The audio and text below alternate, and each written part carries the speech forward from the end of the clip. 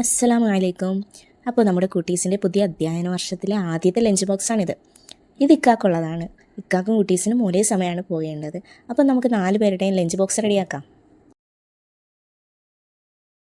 ഇവിടെ വാപ്പിയായാലും മക്കൾസായാലും ചോറ് കൊണ്ടുപോകാനാണ് പതിവ്.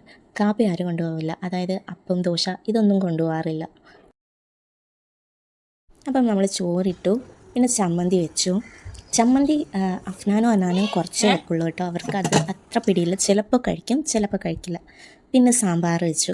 ഇക്കാക്ക് സാമ്പാറില്ല, ഇക്കാക്ക് ചമ്മന്തി ഉണ്ടെങ്കിൽ അങ്ങനെ വേറെ ഒന്നും വേണ്ടതാണ്. ഇക്കാക്കാണ് മെയിനായിട്ട് ചമ്മന്തി അരയ്ക്കുന്നത്. പിന്നെ കുട്ടീസിന് രാവിലത്തെ സാമ്പാർ കുറച്ച് വെച്ചു.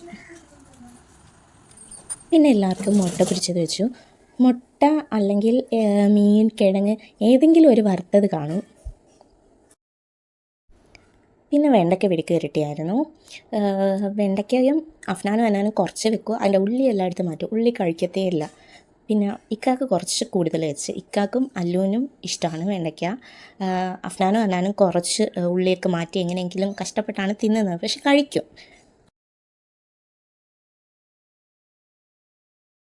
അപ്പോൾ ലഞ്ചിൽ ചോറ് കഴിഞ്ഞു.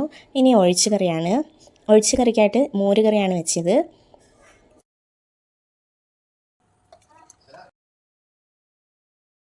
പിന്നെ കുട്ടീസിന് സ്നാക്സിനായിട്ട് കപ്പ് കേക്കായിരുന്നു കൊടുത്തു വിട്ടത്.